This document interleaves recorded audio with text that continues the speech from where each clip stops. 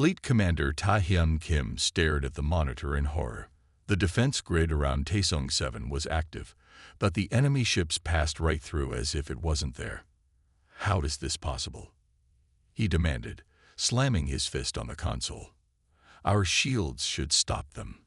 Officer Daho checked the system logs, his face going pale. Sir, they're using our own access codes. Someone gave them our keys. Taesung 7 was humanity's farthest colony, a beautiful blue-green world with 3 moons.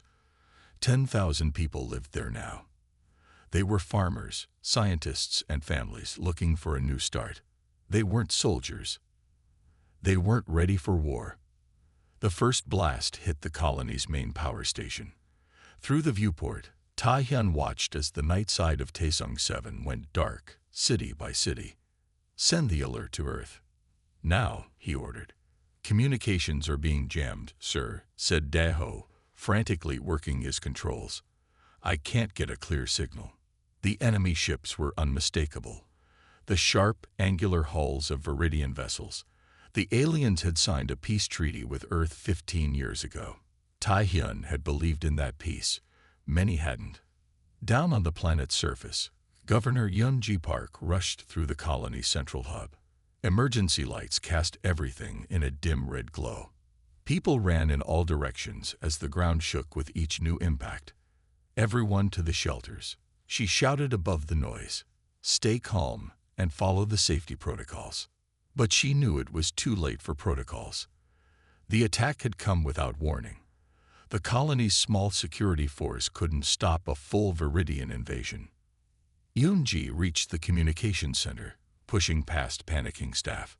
Move aside, she ordered, taking control of the main transmitter. If the regular channels were being jammed, she would have to try something else.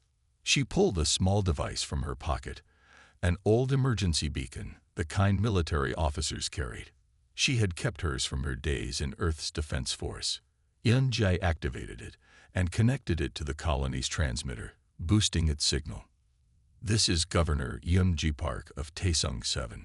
We are under attack by Viridian forces. They bypassed our defenses using stolen codes. This is not a border dispute. I repeat, this is a full-scale invasion.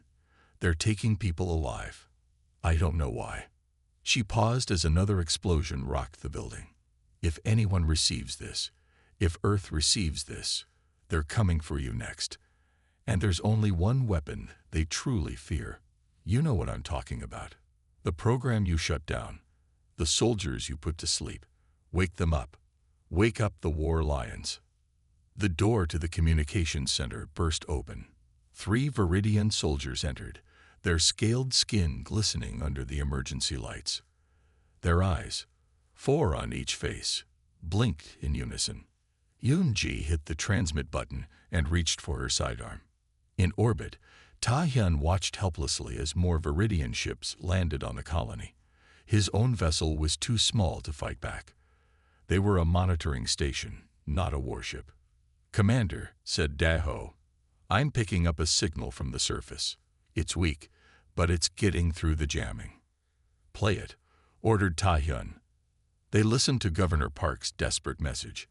When she mentioned the war lions, Daho looked confused, but Ta-hyun's blood ran cold. Sir, what are war lions? Asked Daho.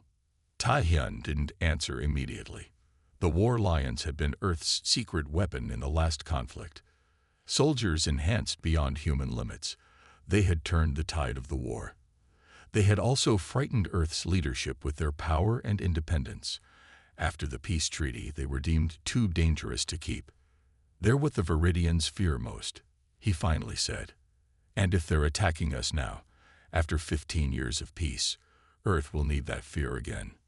A massive Viridian ship moved into position above their small station. Brace for impact, said Ta-hyun, knowing what came next.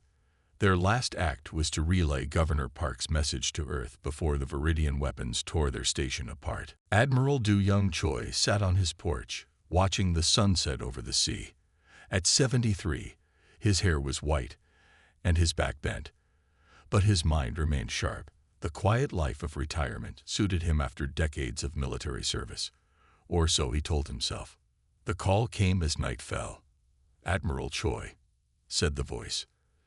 "Tasung 7 has fallen. The Viridians broke the treaty." Do Young closed his eyes. He had expected this day, not hoped for it, but expected it.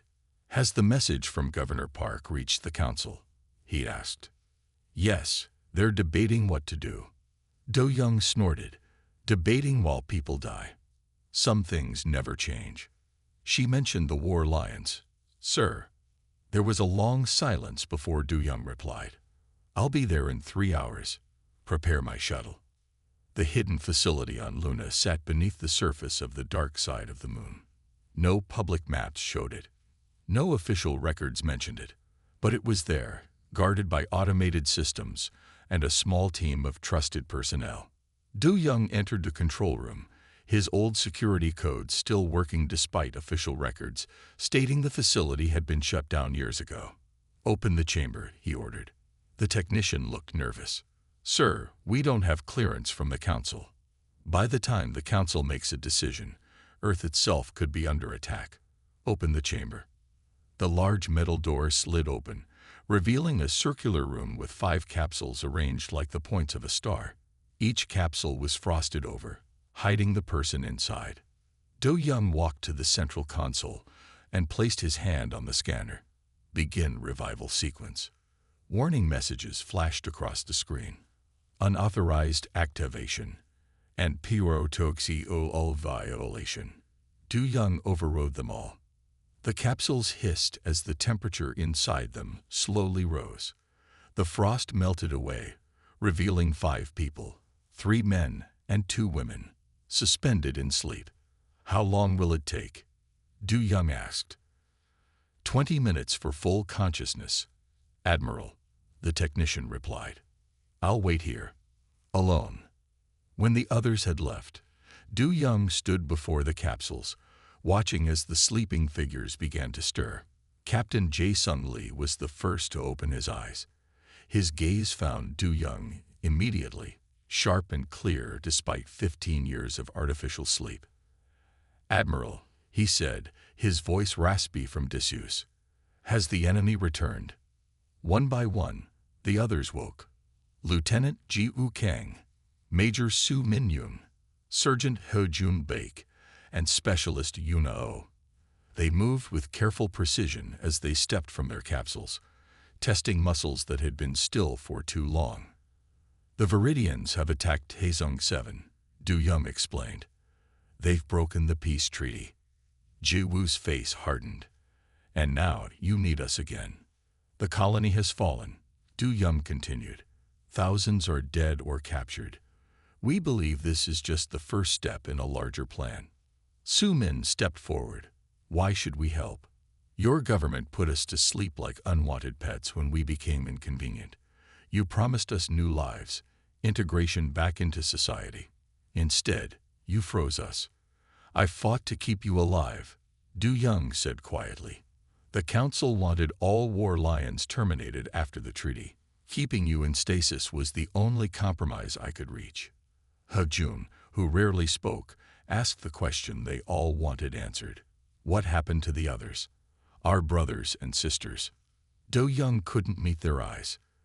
"The other war lions were decommissioned. You 5 are all that remain." Silence filled the room.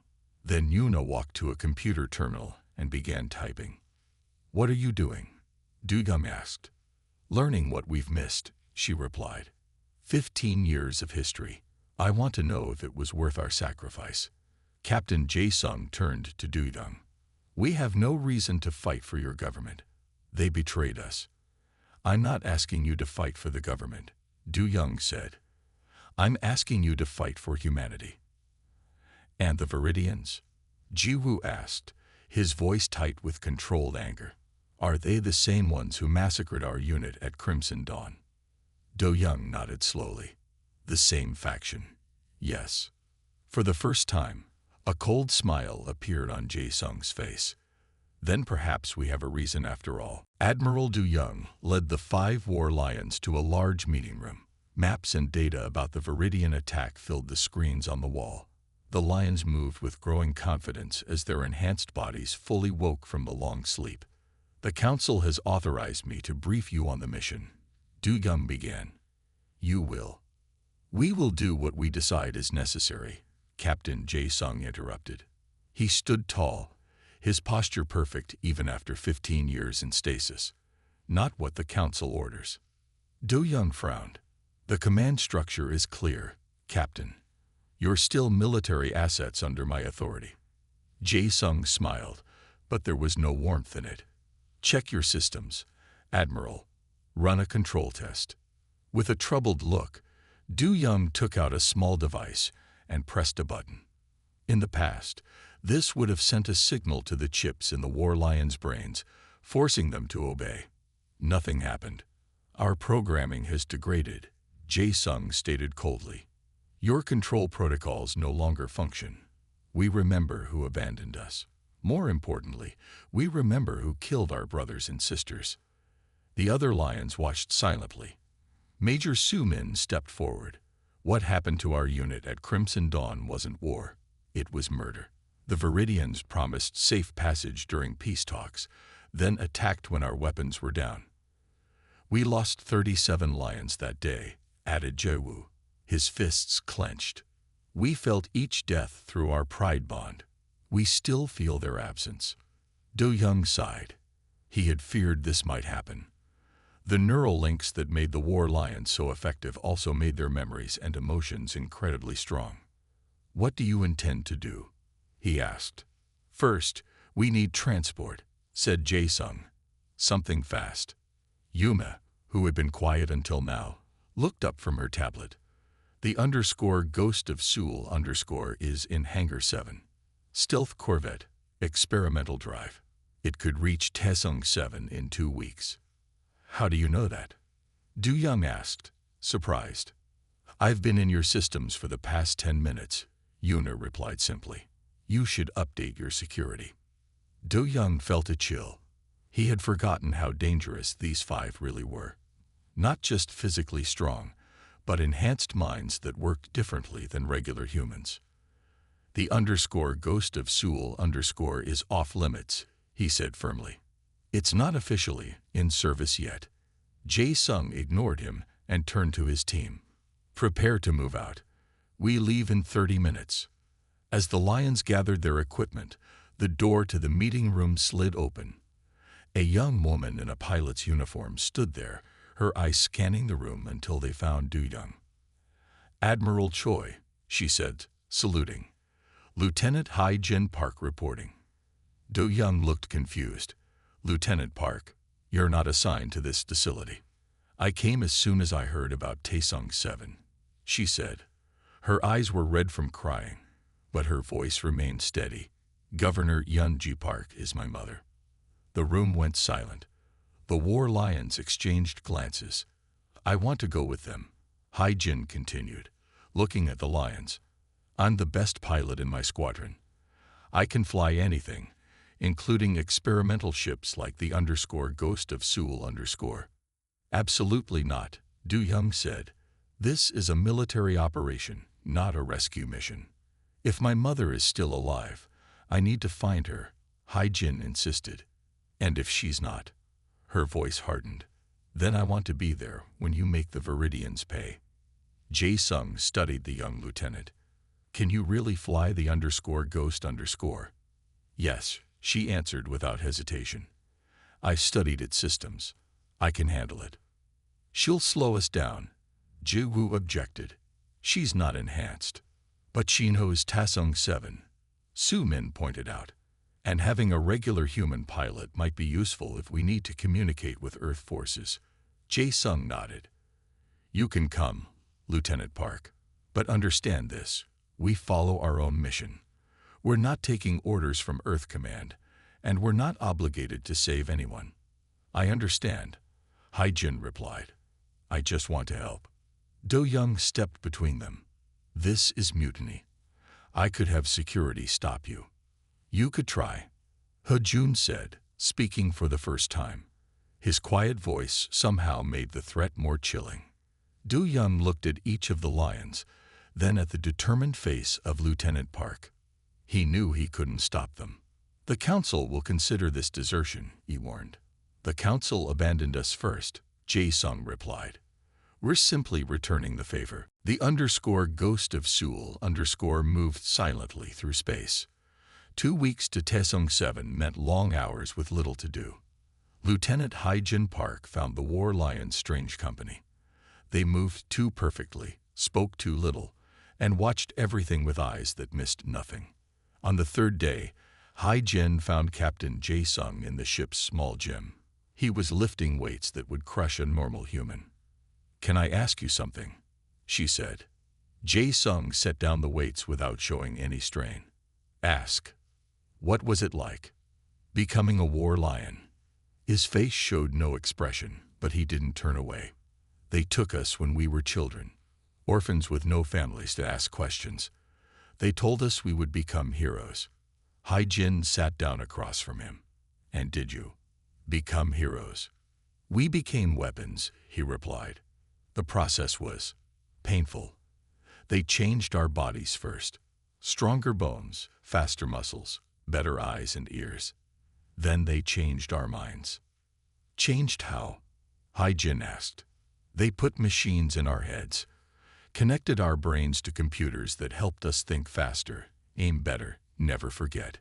But the most important change was the pride bond." Su Min entered the gym, hearing their conversation. "The pride bond was what made us special," she said. "They linked our emotions together.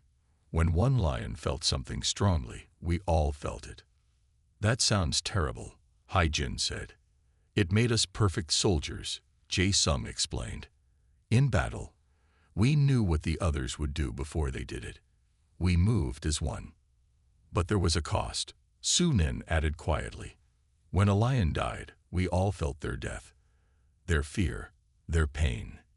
Hyejin thought about this. "Is that why they call you war lions? Because you hunt in a pride, like lions?" "Partly," said Jae-sung.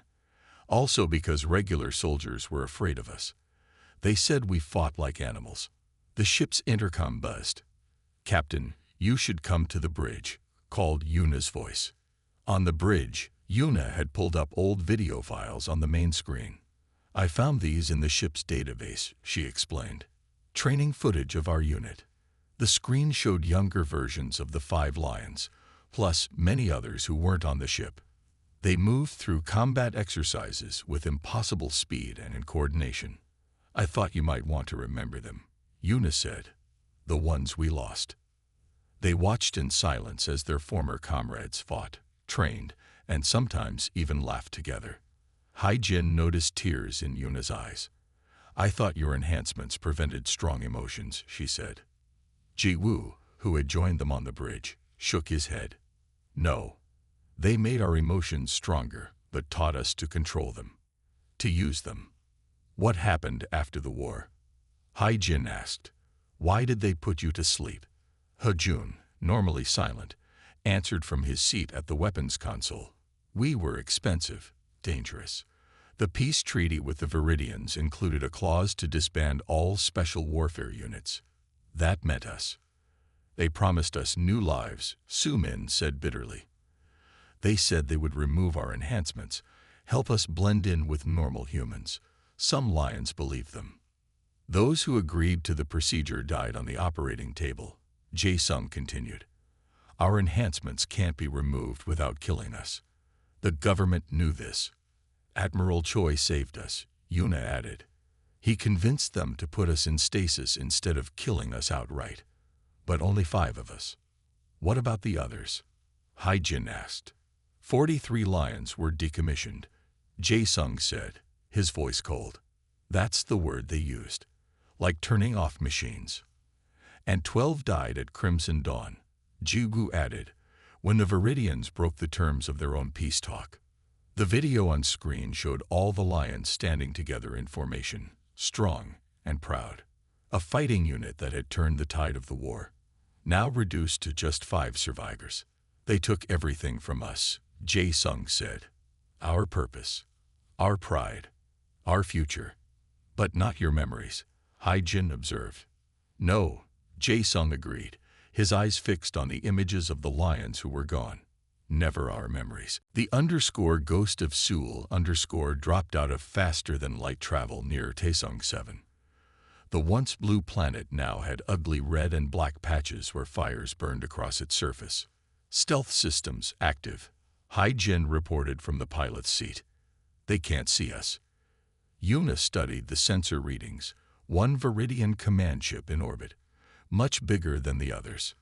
They left the rest of their fleet free to attack elsewhere, Jae-sung observed. They think the colony is secure. The main screen showed the colony from orbit. The central dome was cracked open. Buildings around it were flattened or burning. Viridian ships sat on landing pads that once welcomed human vessels. Can you find any human life signs? Hai-Jin asked, her voice tight with worry. Yuna adjusted the sensors.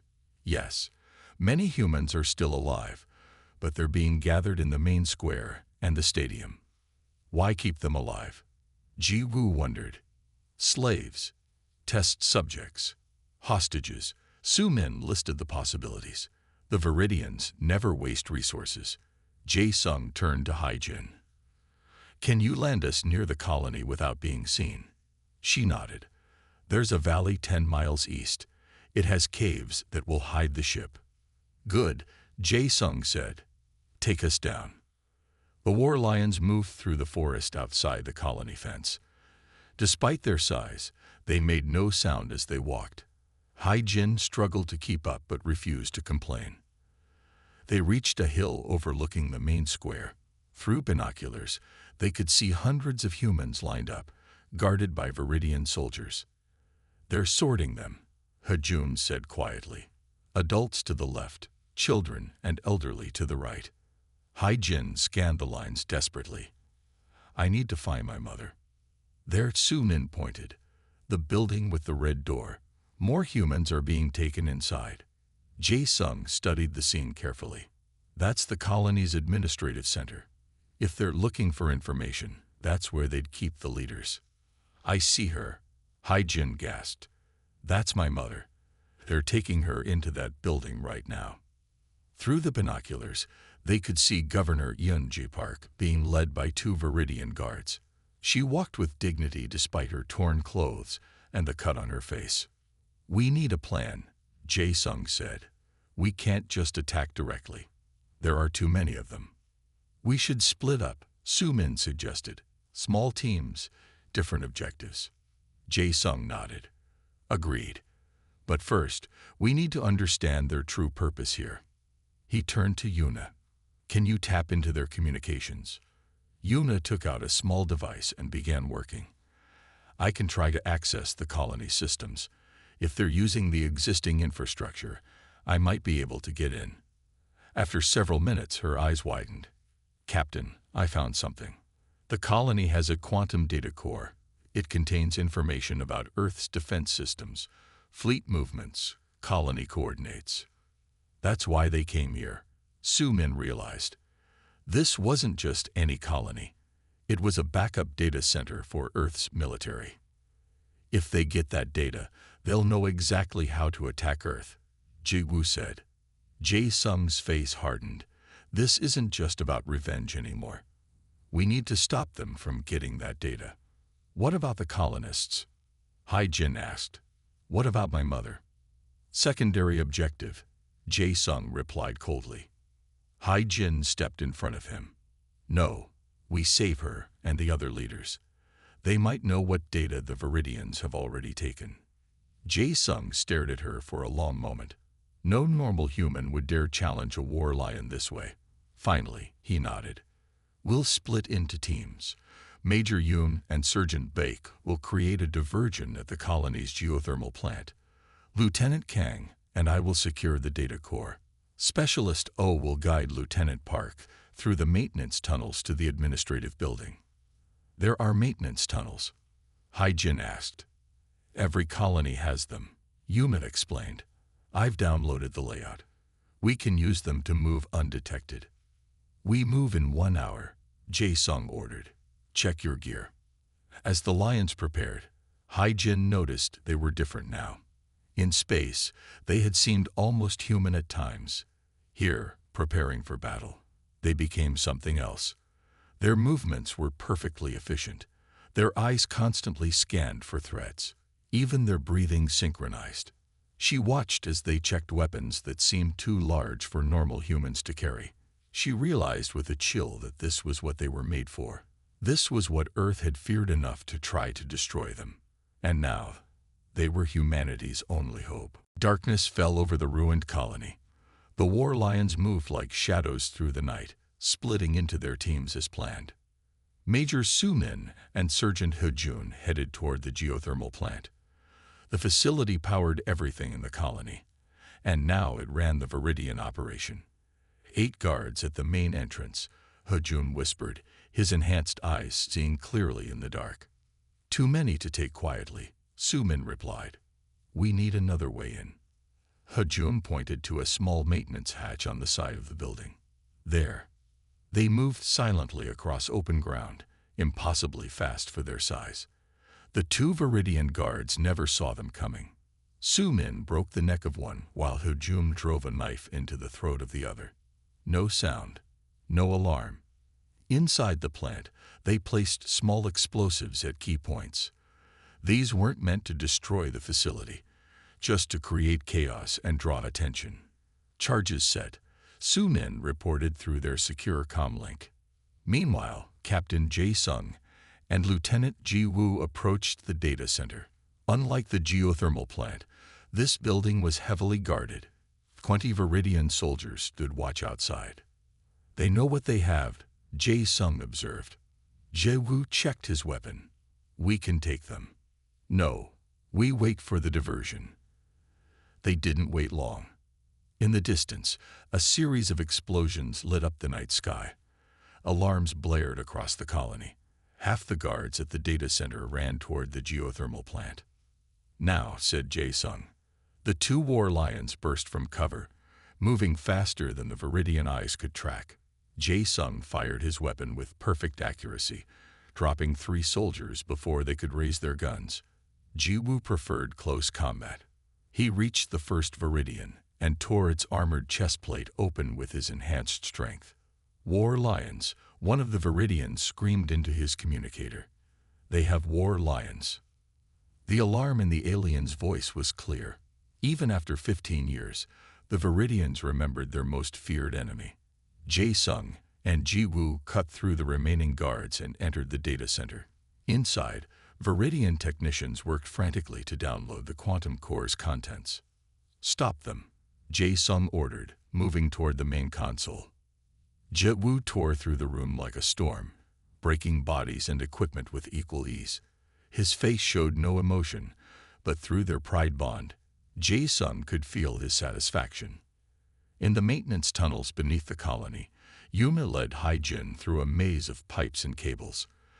Despite being the communication specialist, Yuna moved with the same deadly grace as the other lions. The administrative building is just ahead, Yuna whispered. I count 15 life signs inside. 5 Viridian, 10 human. Is my mother there? Hai-jin asked. Yuna closed her eyes, focusing on the data from her scanner. Yes. 3rd floor, east side. She's with 2 other humans and 1 Viridian. They reached a service door that led into the building's basement. Yuna checked her tablet. The diversion worked. Most of the guards have left to help at the geothermal plant. A voice spoke through their comlink. This is Jae-sung. We've secured the data center. The Viridians were still downloading. We stopped them in time. Understood, Yuna replied. We're entering the administrative building now. They climbed to the 1st floor, moving quietly through empty corridors. The few Viridians they encountered were no match for Yuna's enhanced speed. She killed them before they could call for help. On the 2nd floor, they found human prisoners locked in offices. Hai-jin wanted to free them, but Yuna shook her head. Mission first. We get your mother, then free the others on our way out. They reached the 3rd floor and heard voices from a room ahead. One was speaking the harsh language of the Viridians. The other was a human woman, her voice strong despite her situation. "I told you, I don't have the access codes for the military database," the woman said. "You lie, Governor," the Viridian replied. "We know all colony leaders have emergency access." Hai-Jin recognized her mother's voice. "That's her," she whispered. Yuna pulled a small device from her belt and placed it against the wall. The screen showed heat signatures in the room. One standing Viridian, one seated human. "One guard," Yuna said. "I'll take him. You get your mother." Yuna kicked the door open. Before the Viridian could react, she was across the room. Her hands caught its head and twisted sharply. Governor Yeonji Park stared in shock as her interrogator collapsed to the floor. Then she saw her daughter in the doorway. "Hai-Jin," she gasped. "How?" Hai-Jin rushed to untie her mother. "We came to rescue you. All of us." "All of who?" Yuna stepped into view. Governor Park's eyes widened in recognition. "A war lion," she whispered. "They actually woke you up." Captain Jae-sung secured the quantum data core, while Ji-woo kept watch outside the data center. Through their comm link, they heard that Yuna and Hai-Jin had found Governor Park. The mission was going according to plan, but Jae-sung felt uneasy. It seemed too easy. "Movement outside," Ji-woo reported. "Large group coming from the north. At least 30 Viridians." Jae-sung looked at the data core. "I need 3 more minutes to wipe this completely." "You might not have 3 minutes," Ji-woo replied, checking his weapon. The door to the data center suddenly opened. Ji-woo raised his gun, but he didn't fire. A single Viridian entered, unarmed. He wore the elaborate armor of a high-ranking official. "I wouldn't bother wiping it," the Viridian said in perfect human language. "We've already sent the most important parts to our fleet." Jae-sung turned slowly. Something about the Viridian's voice triggered a memory from 15 years ago. "Commander Vextor," Jae-sung said coldly. "You look different without the blood of my comrades on your hands." The Viridian's 4 eyes blinked in surprise. "You recognize me. Impressive. After all this time." "War lions never forget," Jae-sung replied, stepping away from the console. "Especially those who betray them." Vextor moved further into the room. Behind him, more Viridian soldiers gathered, but they didn't enter. "Crimson Dawn was regrettable," Vextor said, "but necessary. Your kind were too dangerous to allow to exist after the war." "Our kind?" Ji-woo hissed from the doorway. "We're human." "No," Vextor shook his head. "You're something else. Something between species. Your memories are too perfect. Your hate too lasting. Humans forget. They move on. But you," he pointed at Jae-sung. "You remember every detail of that day, don't you?" Jae-sung's hand moved to a pocket on his armor. Inside was a small device, a memory shard. All war lions carried them. They recorded everything the lions saw and felt. Originally designed for mission reports, they had become something more personal. "I remember 49 lions entering the peace zone," Jae-sung said quietly. "I remember your promise of safe passage. I remember you giving the order to fire when our weapons were powered down."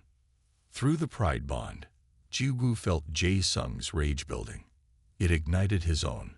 "Kill him," Ji-woo urged. "Now, while we have the chance." But Jae-sung had another idea. "You're right about one thing, Commander. We never forget. And now, neither will you." Moving with enhanced speed, Jae-sung crossed the room. Before Vextor could react, Jae-sung pressed the memory shard against the Viridian's temple. The device activated, sending thousands of images directly into the alien's mind. Vextor screamed and fell to his knees. He saw through Jae-sung's eyes, the massacre at Crimson Dawn. He felt what Jae-sung felt, the pain of each lion's death through the pride bond. He experienced the betrayal, the rage, the grief. What have you done to me?" Vextor gasped, trembling on the floor. "I gave you our memories," Jae-sung replied. "Now you remember too." The Viridian soldiers rushed forward, weapons raised. Ji-woo fired, dropping the first three. But there were too many. "We need to go," Ji-woo shouted. "Now." Jae-sung looked down at Vextor, who lay curled in a ball, whimpering as decades of war lion memories overwhelmed his mind. "The data is safe," Jae-sung said, "and I've left him a gift worse than death." They fought their way out of the data center, cutting through Viridian soldiers with brutal efficiency. Their enhanced bodies moved faster than the aliens could target. Their enhanced minds calculated every move. Through their comlink, Sumin reported, "Geothermal plant is secure, but they're sending reinforcements your way." "We're moving to extraction point B," Jae-sung ordered. "Tell Yuna to bring the governor there." "What about the other colonists?" Hai-jin's voice asked over the comm. Jae-sung hesitated. The mission was the data core, not a rescue. But he could feel something changing inside him. The part that had been frozen for 15 years was waking up. "Free as many as you can on your way out," he finally said. "But be at extraction point B in 20 minutes or we leave without you." As they moved through the colony, Ji-woo asked, "Why didn't you just kill Vextor?" "Death would be too quick," Jae-sung replied. "This way, he'll never forget what he did. Just like us." Extraction Point B was a small landing pad on the edge of the colony. The war lions gathered there with Governor Park and 17 other rescued colonists. Everyone looked at the lions with a mix of fear and awe. "We need to move," Jae-sung said. "More Viridians will come soon." Yuna was connecting her tablet to a colony terminal. "Captain, I found something. The Viridians have been sending messages to their fleet." "What kind of messages?" Sumin asked. "Attack coordinates," Yuna replied, her face grave. "They're planning to hit 3 human systems at once. Proxima Centauri, Tau Ceti, and..." She paused. "Earth. They're going to attack Earth directly." A heavy silence fell over the group. The colonists looked at each other in horror. "When?" Jae-sung asked. "The main fleet is already moving," Yuna said. "They'll reach Earth in 8 days." Governor Park stepped forward. Though injured and exhausted, she stood tall. "You have to warn Earth," she said. "The colony's long-range transmitter was destroyed, but you have your ship." Hai-jin nodded. "We can make it back to Earth in time if we leave now." But Jae-sung didn't move. His face showed no emotion as he considered their options. "Why should we?" Ji-woo asked suddenly. "Earth abandoned us, betrayed us. Let them face the Viridians alone." Some of the colonists gasped. Governor Park looked Ji-woo in the eyes. "These people are innocent. They didn't betray you." "Your government did," Ji-woo replied. "They woke us up when they needed us, but they'll put us back to sleep after, if they don't kill us outright." Hajun, who rarely spoke, surprised everyone. "We were made to protect humans," he said quietly, "not governments." The other lions looked at him. Through their pride bond, they felt the truth in his words. They had been created to be weapons, but each had joined the program believing they would save lives. "I agree with Hajun," Sumin said. "Our fight is with the Viridians, not with our own people." Jae-sung still hadn't spoken. All the lions could feel him struggling with his anger. Governor Park approached him carefully. "Captain Lee, I know what Earth did to your kind. It was wrong. Unforgivable." She took a deep breath. "I was on the Colonial Defense Committee 15 years ago. I voted against decommissioning the war lions." Jae-sung's eyes snapped to her face. "I lost that vote," she continued. "Many of us fought for you, but we failed. I'm sorry." "Sorry doesn't bring back the dead," Jae-sung said coldly. "No, it doesn't," the governor agreed. "But letting more humans die won't help either. You were created to protect humanity, regardless of politics. That's who you are." Yuna's tablet beeped. "Captain, I've intercepted more communications. The Viridians are using technology they stole from Taesung 7. They can bypass Earth's defense grid, just like they did here." "Millions will die," Hai-jin said quietly. Jae-sung looked at each of his fellow lions. Without speaking, They shared their thoughts through the pride bond. After a long moment, he made his decision. "We'll warn Earth," he said, "but on our terms." "What terms?" Governor Park asked. "We fight for humanity," Jae-sung declared, "not for those who lead it. No more control chips. No more stasis. Freedom for any lions who survive." Governor Park nodded. "I'll make sure of it personally." "Your word might not be enough," Soo-min pointed out. "Then we'll make sure the whole world knows what we did," Jae-sung said, "and what was done to us." They moved quickly after that, loading the rescued colonists onto their ship. As they prepared for takeoff, Hai-jin approached Jae-sung. "Thank you," she said simply. "Don't thank me yet," he replied. "We still have to stop a Viridian fleet with 1 ship and 5 war lions." Hai-jin smiled slightly. Those seemed like bad odds for the Viridians. For the first time since awakening, Jae-sung's lips curved into something like a smile. "Get us back to Earth, Lieutenant Park," he ordered. "We have a war to win." As the _Ghost of Seoul lifted off, the war lions looked down at the burning colony. They had come seeking revenge, but found purpose instead. Their chains, both physical and emotional, were finally breaking. The _Ghost of Seoul raced back to Earth, pushing its experimental engines beyond safe limits. Hai-jin barely slept during the journey, keeping the ship steady as it tore through space. The war lions took turns helping her, their enhanced bodies needing less rest than hers. Approaching Earth's space, Hai-jin announced on the 7th day, "We made it in time." They sent their warning ahead. At first, Earth's Defense Command didn't believe them. Then Admiral Du Young came on the channel. "We've been tracking Viridian movement," he confirmed, "but we didn't know their target was Earth." "How sure are you?" "We have their attack plans," Jae-sung replied. "And we know how they'll bypass your defenses. They're using technology stolen from Taesung 7. There was a pause. "The Council wants to speak with you directly." The main screen showed 5 grim-faced people, Earth's Defense Council. Their eyes widened at the sight of the war lions. "Captain Lee," said the head counselor, "your actions at Luna were unauthorized. Taking the _Ghost of Seoul was theft of military property." Jae-sung's face showed no reaction.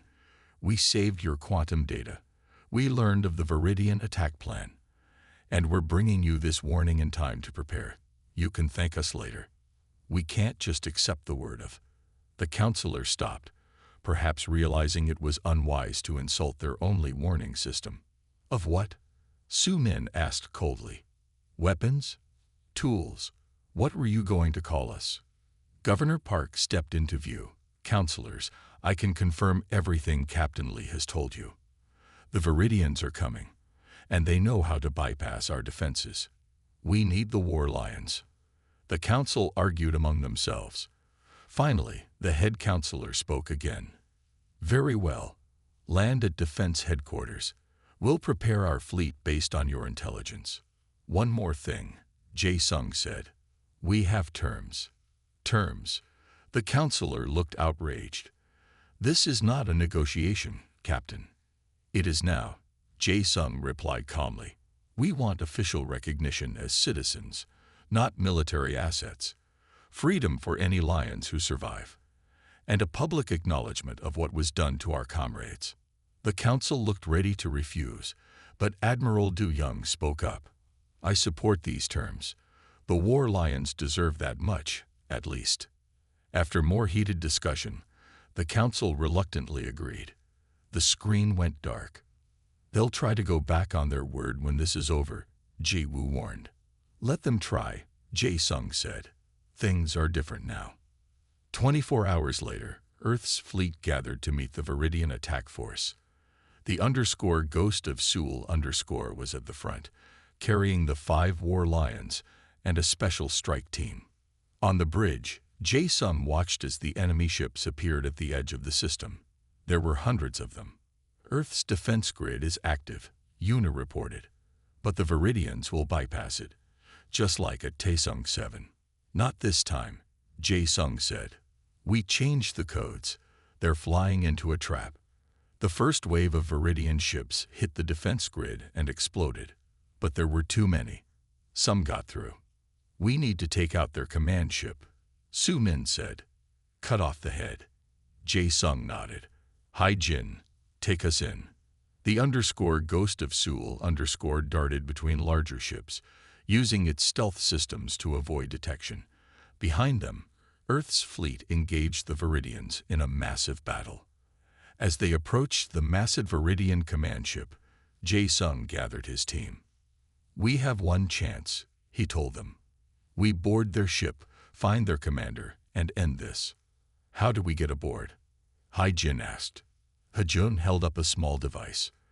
The same way they got into our colonies. Their own access codes, courtesy of Commander Vextor's memories. The war lions prepared for battle, checking their weapons one last time. Through their pride bond, they shared a moment of perfect understanding. Whatever happened next, they were free. They had chosen this fight. They wanted us to forget, Jae-sung told his team. Both what they did to us and what we're capable of. Today, everyone remembers. The Ghost of Seoul attached to the Viridian command ship, cutting through its hull with surgical precision. The war lions moved into the breach, weapons ready. Behind them, Earth's fleet followed their lead, inspired by the lions' fearless charge. Humanity's most feared weapons had become their greatest hope. As they fought their way to the heart of the enemy ship, the war lions moved with the power and unity that had made them legends. They were no longer just weapons. They were no longer controlled. They were defenders of humanity, fighting by choice. And they remembered. Every comrade lost, every betrayal suffered, every promise broken. The Viridians had forgotten what they were facing. But the war lions never forgot. And neither would history.